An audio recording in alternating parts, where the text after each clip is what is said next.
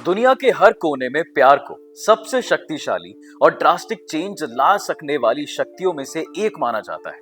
इसी क्रम में आज हम ऐसी कहानी सुनाने जा रहे हैं जो शरीर को शक्ति से नहीं बल्कि भक्ति और समर्पण से जीती गई थी।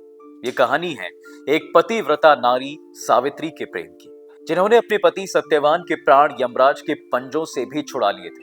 ये कहानी न सिर्फ प्रेम की है बल्कि दृढ़ संकल्प और नारी शक्ति की एक मिसाल भी है।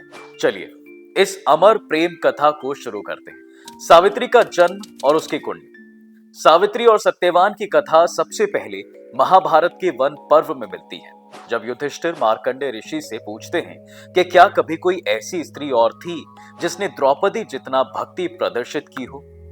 तब मार्कंडेय ऋषि ने इसके जवाब में उन्हें सावित्री की कहानी सुनाई थी। देखिए, भारत देश के प्राचीन युग में राजा अश्वपति नाम के एक महान राजा राज्य करते थे।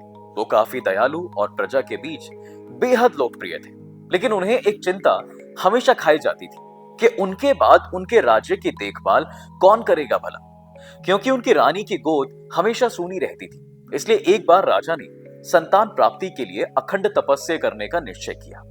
राजकुमार की चाह में राजा अश्वपति ने अखंड तपस्या की।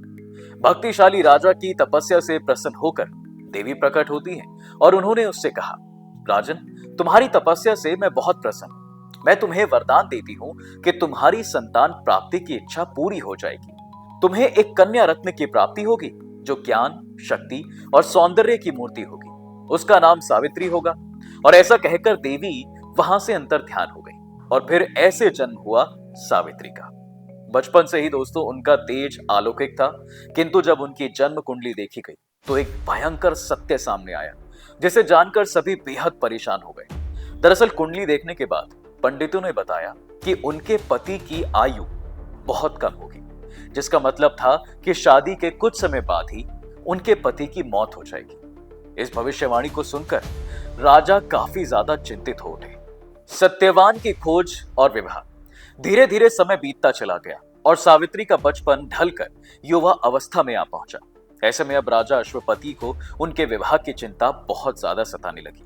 उन्होंने सावित्री के स्वयंवर का विचार भी किया, किंतु सावित्री खुद अपने पति का चयन करना चाहती थी। उन्होंने अपने पिता से कहा, पिताजी, मुझे इतनी स्वतंत्रता दे दें कि मैं अपने सुख दुख के साथी का चयन स्वयं कर सकूं। अब राजा अश्वपति ने उनकी इस इच्छा को स्वीकार कर लिया।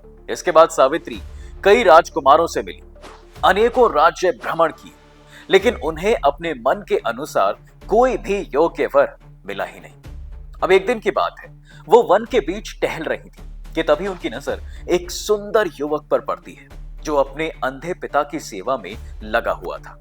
उसका नाम सत्यवान था। सावित्री को सत्यवान का ये चरित्र काफी पसंद आया। उन्होंने मन ही मन में यह तय किया कि वो सत्यवान से ही विवाह करेंगी। जिसके बाद सावित्री ने अपने पिता को अपना फैसला बताया। ये सुनते ही राजा को पंडितों की वो बात याद आ गई। उन्होंने कहा, बेटी, क्या तुम्हें पता नहीं है कि सत्यवान की आयु अल्प है? 1 वर्ष के अंदर ही उसकी मृत्यु हो जाएगी। लेकिन सावित्री को अपने प्रेम पर पूरा भरोसा था। उन्होंने कहा, पिताश्री, प्रेम स्वार्थ से परे होता है। मैं उन्हें अपना पति मान चुकी हूं। अब चाहे जो भी हो जाए, मैं उनका साथ कभी नहीं छोड़ूं। बेटी की जिद को देखते हुए राजा अश्वपति इनकार नहीं कर पाए। उन्होंने अपना मन मारकर सावित्री का विवाह सत्यवान से करा ही दिया। सावित्री ने सारे वस्त्र और आभूषणों को त्याग कर एक तपस्विनी की तरह अपने पति के साथ वन में ही रहना शुरू कर दिया। वो अपना सारा समय अपने अंधे सास ससुर की सेवा में बिताने लगी। सत्यवान की मृत्यु और सावित्री का तप। समय बीता और वो दिन भी आ गया जो पंडितों ने भविष्यवाणी की थी। सत्यवान अपनी मौत को सुनिश्चित मानकर सावित्री को भी इसे स्वीकार कर लेने की सलाह देने लगे। लेकिन सावित्री का अपने पति के प्रति प्रेम बहुत अटूट था। उन्होंने पहले ही निश्चय कर लिया था कि वो 3 दिन का कठिन व्रत रखकर अपने पति के प्राणों की रक्षा करेंगी। उसने ईश्वर को साक्षी मानकर प्रण लेते हुए कहा, मैं अन्न और जल का त्याग करती हूं। जब तक सत्यवान सुरक्षित नहीं हो जाते, मैं अपना व्रत नहीं तोड़ूंगी। अब उस दिन लकड़ी काटते हुए सत्यवान के सर में अचानक से तेज दर्द होने लगा। उसने सारी शक्ति इकट्ठा करके जोर से सावित्री को आवाज लगाया, सावित्री। इससे पहले वो और भी कुछ कह पाता, वो नीचे गिर पड़ा। सावित्री तेजी से दौड़कर उसके पास पहुंची और उसका सर अपनी गोद में रखकर उसे अपने आंचल से हवा करने लगी।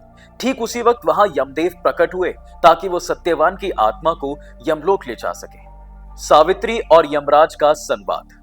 सावित्री ने पाया कि हाथों में फांसी की रस्सी लिए भैंसे पर बैठे सूर्य से तेजस्वी यमदेव उसके सामने खड़े थे।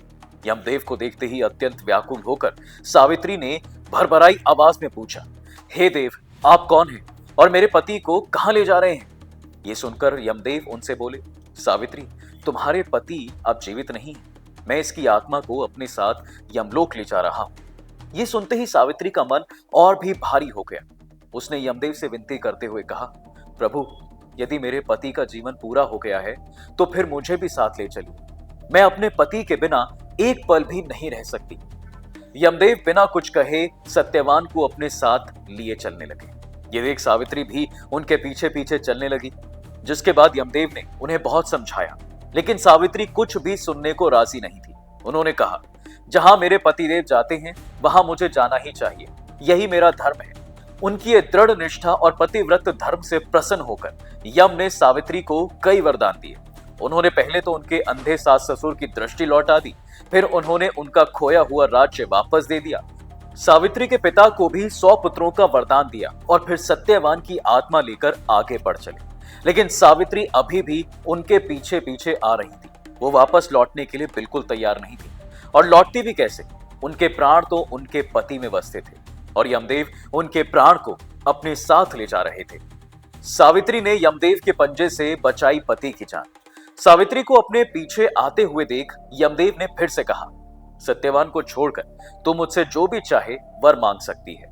इस पर सावित्री ने चतुराई दिखाते हुए कहा, हे यमदेव, यदि आप मुझ पर प्रसन्न हैं तो मुझे मेरे पति से 100 बच्चों का वरदान दे दीजिए। यमदेव ने बिना कुछ सोचे तथास्तु कह दिया और आगे बढ़ने लगे। ये देख सावित्री फिर उनके पीछे पीछे चलने लगी। जिसके बाद सावित्री ने कहा, मेरे पति को आप लिए तो जा रहे हैं और मुझे 100 पुत्रों का वरदान दे रहे हैं। मेरे जैसे पतिव्रता नारी के लिए ये कैसे संभव होगा? मैं अपने पति के बिना सुख, स्वर्ग और लक्ष्मी किसी की भी कामना नहीं कर सकती। यमदेव अपने दिए वचन के जाल में फंस चुके थे। इस वजह से उन्हें सत्यवान के प्राण बख्शने पड़े और इस तरह से सावित्री के प्रेम ने यमदेव के पंजे से सत्यवान को बचा लिया। ये कहानी दोस्तों सिर्फ प्रेम की नहीं, बल्कि एक नारी की अखंड तपस्या का प्रमाण भी है। और तब से सावित्री को पवित्र नारी की सर्वश्रेष्ठ मिसाल माना जाता है। ये कहानी बताती है कि दृढ़ विश्वास, समर्पण और सत्य के साथ जीवन की कठिन परिस्थितियों पर भी विजय पाई जा सकती है। तो दोस्तों, ये थी सनातन के नजरिए से बेहिसाब प्रेम और अटूट समर्पण की कहानी। यदि आपको ये कहानी पसंद आई हो तो वीडियो को लाइक और शेयर जरूर करें और ऐसे ही अन्य रोचक जानकारियों के लिए हमारे चैनल द डिवाइन टेल्स को फॉलो जरूर करें।